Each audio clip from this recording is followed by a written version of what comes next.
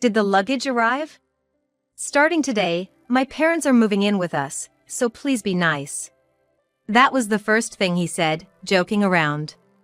As if I wasn't already furious with him. How self-centered can this man be? That's the situation, so I'm counting on you. I know what he's up to. He wants to keep me in check by bringing his parents over, while also expecting me to sort various things out for him. Anger rushes through me, but I quickly smirk. Yeah. I just moved out of my house too. Huh? I hold back laughter at his dumbfounded voice. Apparently, he forgot who owns that house. Even Sean, who's listening to our conversation, is trying hard not to laugh. Because that house originally belonged to my grandparents, and I'm the owner now. Ah. So, whose permission were you planning to get for moving in? I refuse to let such people into my house. A mother-in-law who enjoys tormenting her daughter-in-law and a father-in-law who's obsessed with his grandson. And then. You thought I didn't know? You'll pay the price for this, rest assured. I'm Naomi Woods, a 32-year-old working mother on parental leave. I have a husband, Jack, and a 1-year-old son, Ethan. Ethan has just started walking, so I can't take my eyes off him. His wobbly walk is so endearing, and it's healing when he calls me with his little mouth. Ethan really loves his mom. I met Jack at work. My family runs a traditional bakery. Baking delicious bread every day, I spend my days smiling with my parents and younger brother. Excuse me, ma'am. Could I have your name and contact information? One day, a regular customer, him, asked me this. His face turned red as he asked, and I found him cute. We started dating. Naomi, your cooking is delicious. Really? Thank you. Yeah. So, will you keep cooking for me? By my side? And so, we got married. My parents were overjoyed about our marriage, but my much younger brother, Sean, always had a serious look on his face. Still, he didn't oppose it, and I believe he was happy for us. My dad's shop is gonna be taken over by Sean, so living with us would just wear Jack out. My dad suggested. So, we're living in my late grandparents' house, just the three of us. I was planning to watch Ethan grow up here, with Jack. One day, I went shopping with Ethan. Holding my hand, Ethan walked with effort. Oh, Ethan! He came with me. Now, say hi to Grandma. Hey, Ethan! After buying bread at my family's bakery, my parents and the regulars greeted Ethan with smiles. Ethan, unshy around others, smiled back. Since our family bakery and our house are about an hour's drive apart, I usually visit my parents' place about once a month. And when Ethan and I return home in a good mood. What? No way. The front door was unlocked. As I open the door, I see familiar shoes. And, as expected, I sigh. I've asked you to let us know in advance when you're coming over. Oh, you're finally back? Where on earth have you been? My mother-in-law, ignoring my words, lounges and watches TV. She probably entered using the spare key Jack must have given her. No matter how many times I tell her, she never listens. Sighing again, I think to myself. Come on, don't just stand there. Get moving and do some housework. I'll take care of Ethan. She picks up Ethan and tells me to clean up the mess she made eating her snacks.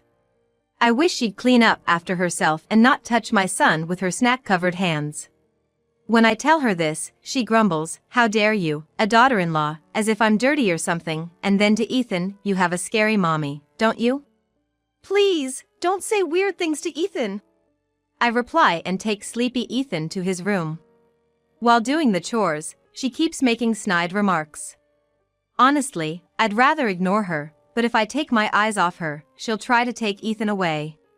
You're boring to talk to. I'm going home today, she says, and leaves. That's a relief for me, so I send her off with a smile. What a handful my mother-in-law is, I mutter and finish the interrupted chores. I understand she wants to see Ethan, her only grandchild. But I really wish she would stop using her spare key to barge into our house. Hey, can you please take back the spare key from your mom? What? Why? After Jack gets home, I tell him about his mother. He looks uneasy even after hearing me out. I glare at him. If you don't take back the spare key from her, I'm changing the locks. And this time, you won't get a key. All right. I'll take it back from her. Is that okay? He agrees reluctantly after I push him. I thought this would make things better. But I was wrong. Can you come with me to my parents' house this weekend to get the key? Jack asked me that weekend. I really didn't want to, but thinking it's better to see it with my own eyes, I went to his parents' house with Ethan. You've finally arrived. I have a lot of housework for you to do, so get moving. Ethan will be fine with us. As soon as I entered my in-laws' house, Ethan was taken away by my in-laws, and I was saddled with chores. I glanced at Jack, but he stubbornly avoided my gaze.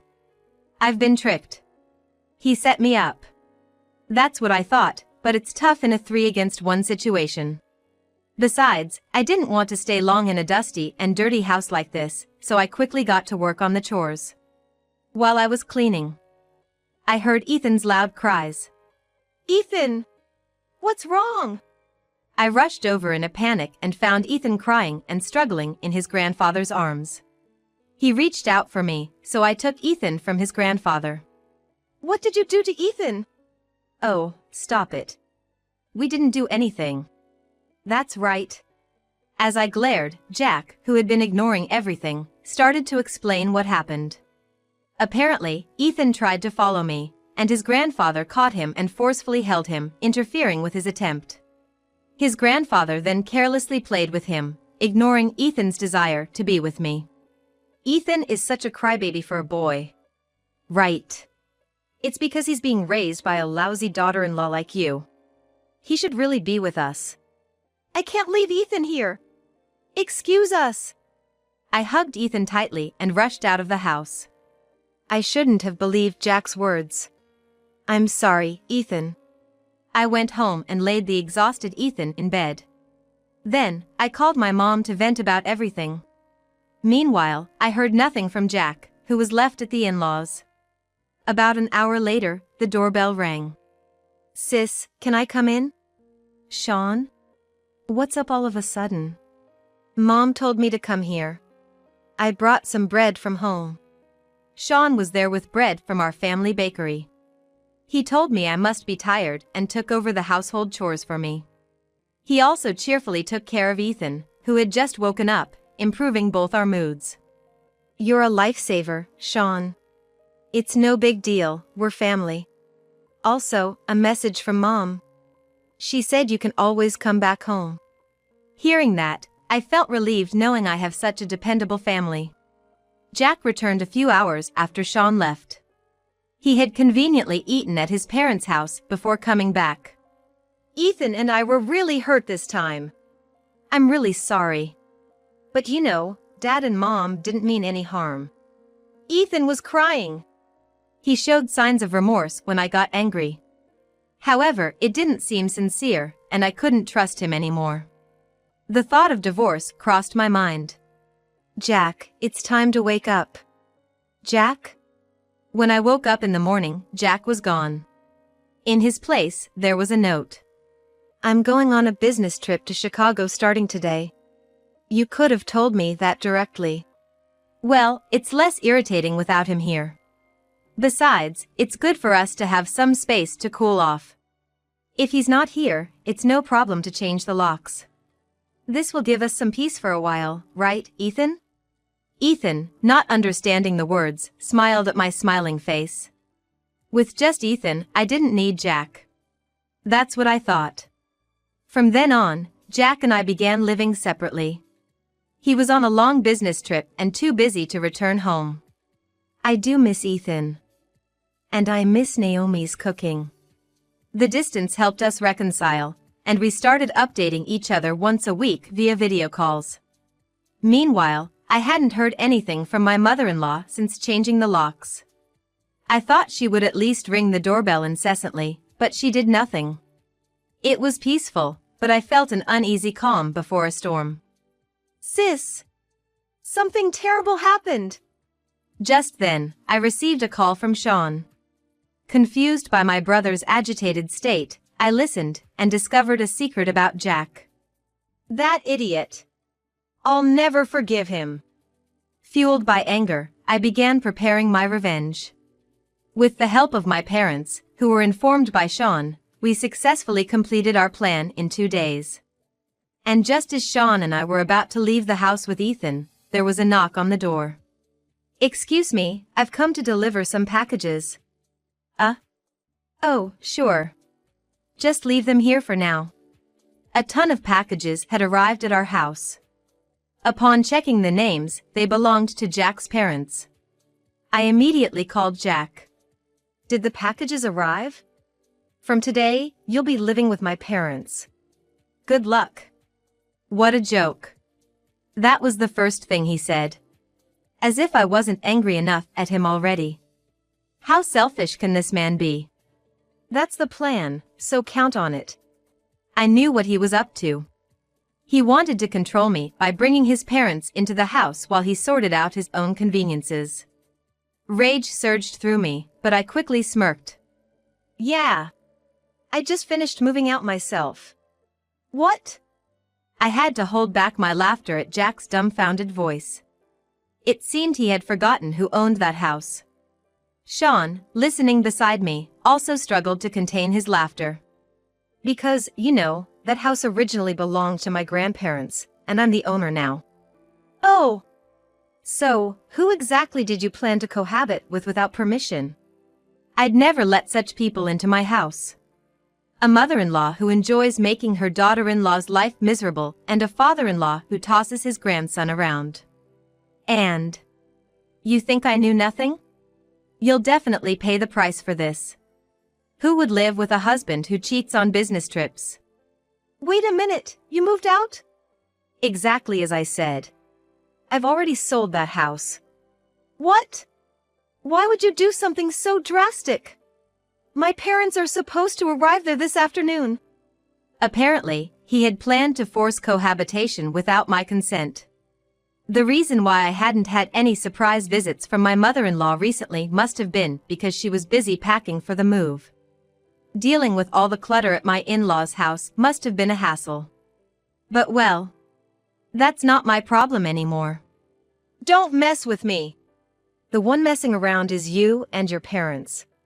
Their packages are at the front door. Bye. With that, I ended the call. He tried to call back immediately, but I blocked his number and all other contacts. Sorry for the wait, Sean. It's okay. Come on, let's go. I owe Sean so much. It was thanks to him that I found out about Jack's affair. Sean had gone to Universal Studios in Orlando with his girlfriend, and there he spotted Jack cozily arm-in-arm with an unknown woman. I hadn't seen my brother-in-law since the wedding, but he was a regular, so I remembered him. He took evidence of the affair and let me know. Then, with my parents' help, I got straight to work. Among the regulars at our family bakery was a private investigator, who got us more evidence. And through the PI's connections, we found a lawyer. A real estate agent, a friend of my father's, quickly got to work on selling the house. That house had been renovated before you two moved in, sparkling from top to bottom. There's a school nearby, and it's walking distance to the station. So it'll sell high and fast. Dad said. True to his word, the house sold quickly. The handover was supposed to be today, but then all those packages from my in-laws arrived.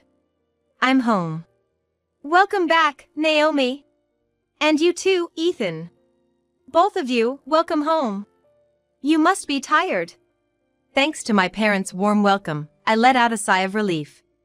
I'm home, I said with a smile, and Ethan also raised his cheerful voice. Everyone laughed in response. Now, all that was left was to fight back. I'm gonna work hard, so cheer for me, okay? To my words, Ethan kept smiling adorably as usual. Oh, Naomi. Are you working at the shop today? Yes, I am. Please buy a lot. Then, I started working at the shopfront while taking care of Ethan. The regular customers greeted me with smiles. Being back at the shop was a fun time for me. It was then that it happened. Naomi! Naomi! Jack and his parents appeared. I stopped what I was doing, handed Ethan to my mother, and confronted them. Let's step outside so we don't bother the other customers, shall we? I don't care about the other customers. What's with this rash decision you made? Oh, but going on a business trip and cheating is not rash? My words drew cold stares from the regular customers towards Jack. Noticing that, Jack fell silent for a moment, but then. We sold our house with the intention of living in that house. Where are you expecting us to live now? And according to Jack, it seems like it's Naomi who's been cheating. His parents accused. I was baffled by his father's words. Me, cheating? That's absolutely impossible. I've only ever cared for Ethan. What are you talking about? I haven't cheated on anyone. Lies! Some young guy was coming out of our house, wasn't he? The young man they're talking about is probably my brother, Sean. Eh? Brother? Didn't I tell you? I have a younger brother. As we were talking, Sean popped his head out from the back. Seeing his face, Jack realized and looked surprised.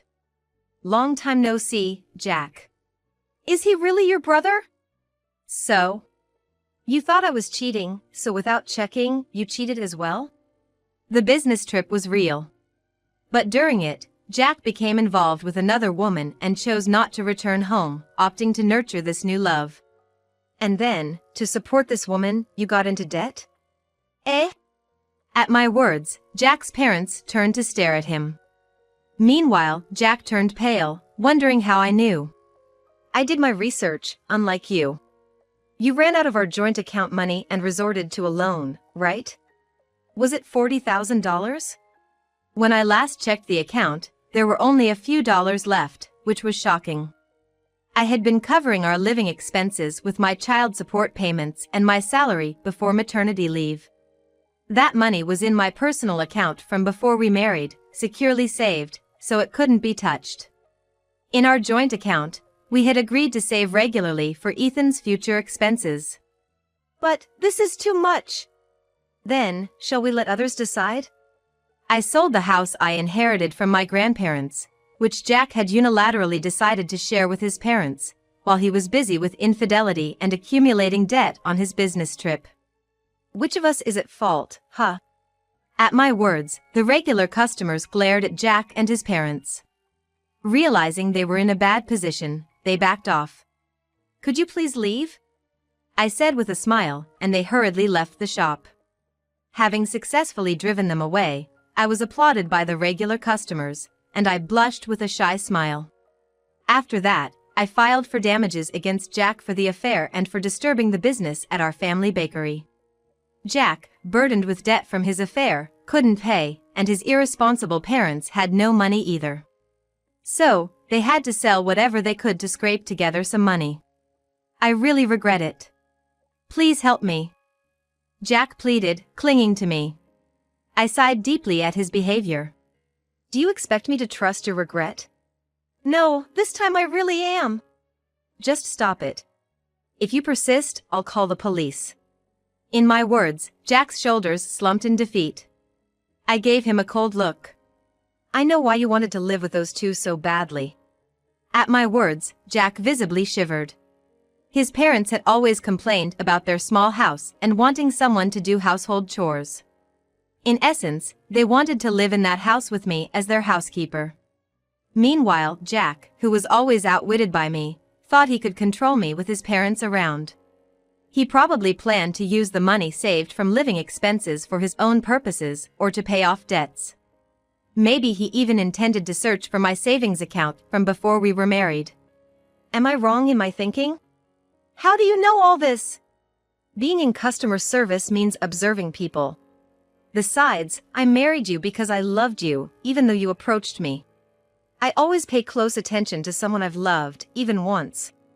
I know how you think. Jack looked down, crestfallen at my words.